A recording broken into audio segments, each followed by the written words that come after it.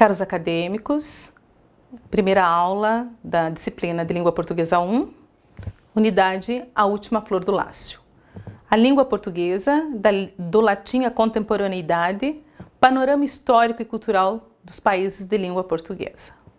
O objetivo desta unidade é refletir sobre as relações entre os aspectos sociais e históricos e a constituição da língua portuguesa. Queremos abordar desde a origem do português até o português falado hoje. Por que Olavo Bilac chamou a nossa língua de a última flor de Lácio?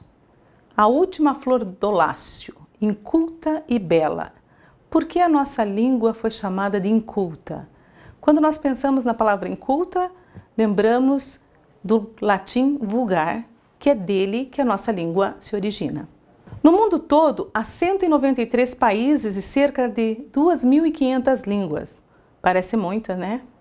Pois cada língua tem suas características próprias, e essas características acontecem devido a fatores históricos e culturais.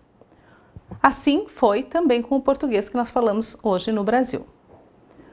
Tudo começou na região do Lácio, no século I a.C., com o latim vulgar, que era uma variante falada do latim clássico.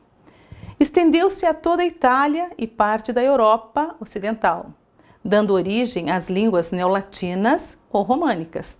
As mais conhecidas e faladas hoje são o português, o espanhol, castelhano, o francês e o italiano.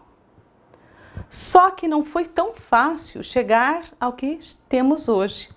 O latim foi com o tempo se transformando devido às diversas formas de falar e escrever. Esses períodos são divididos historicamente em português arcaico, do século XIII ao final do século XIV, português arcaico médio, primeira metade do século XV à primeira metade do século XVI, português moderno, da segunda metade do século XVI ao final do século XVII, podendo se estender ao início do século XVIII. O português contemporâneo, do século XVIII até o século XXI.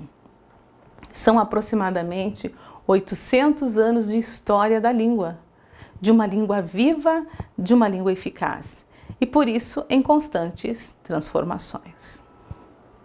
Mas o caminho foi longo até essa evolução. No século V, com a queda do Império Romano e as invasões germânicas bárbaras, o português arcaico se desenvolveu por meio de um dialeto românico, o galego-português. No século IX, o português passou a ser usado em documentos escritos. No século XIII, desenvolveu-se por meio de uma vasta e rica literatura. Em 1290, foi decretado como língua oficial de Portugal. Em 1516, início do português moderno, com a publicação do Cancioneiro Geral de Garcia Rezende. O Cancioneiro Geral é a compilação de poesias palacianas do século XV ao século XVI, organizada pelo escritor Garcia de Rezende, que reuniu cerca de 1000 poemas escritos por 300 poetas. Os poemas escritos em galego-português e alguns em castelhano versavam diversos temas, como a situação política e econômica de Portugal e o amor à inatingível dama, cantado em poesias líricas.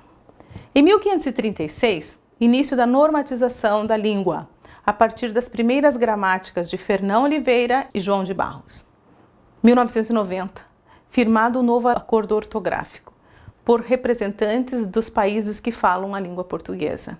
A trajetória desse acordo ortográfico de 1990 foi longa. No início do século XX, foi estabelecido em Portugal o primeiro formulário ortográfico de referência para as publicações oficiais e para o ensino. Em 1931, a iniciativa de concretização de um acordo, as quais resultaram no vocabulário ortográfico da língua portuguesa, de 1940, em Portugal, e no pequeno vocabulário ortográfico da língua portuguesa de 1943 no Brasil. Em 1945, foi assinado por Portugal e o Brasil um novo acordo ortográfico, aplicado, porém, apenas por Portugal, pois o governo brasileiro não ratificou o de 1943. Revisões que aproximaram as variedades escritas de ambos os países sem a aprovação oficial de um documento normativo comum aconteceu em 1970. Em 1990, Acordo Ortográfico da Língua Portuguesa assinado pelo Brasil, Portugal, Angola, Cabo Verde, Guiné-Bissau, Moçambique, São Tomé e Príncipe. Em 2004, o Timor-Leste, depois de sua independência, também assinou o acordo ortográfico. Em 2010, foi Guiné Equatorial, que adota o português como a terceira língua oficial, além do espanhol e francês. É importante lembrar que o acordo ortográfico de 1990 foi dado por Portugal e pelo Brasil um período para transição e para oficializar esse documento. Por 3 anos, essas regras passaram por transição. Em 2012, então, o acordo deveria ser obrigatoriamente oficializado no país e teria que entrar em vigor, mas não aconteceu. O prazo foi estendido por mais 3 anos. Há quem diga que era para dar mais tempo para as adaptações necessárias. Outros afirmam ainda que era para se igualar com o período de transição estipulado por Portugal. Mas, na verdade, um grupo de senadores, entre eles, Ciro Miranda, avaliaram ser necessário mais tempo para adaptação. Professores também, alguns professores como Hernani Pimentel, não concordaram com a adoção desse acordo, o que fez com que muita discussão ocorresse. Em 2016, o novo acordo passou a vigorar no Brasil e é o que nós temos até hoje. Agradeço a sua atenção e até a próxima aula.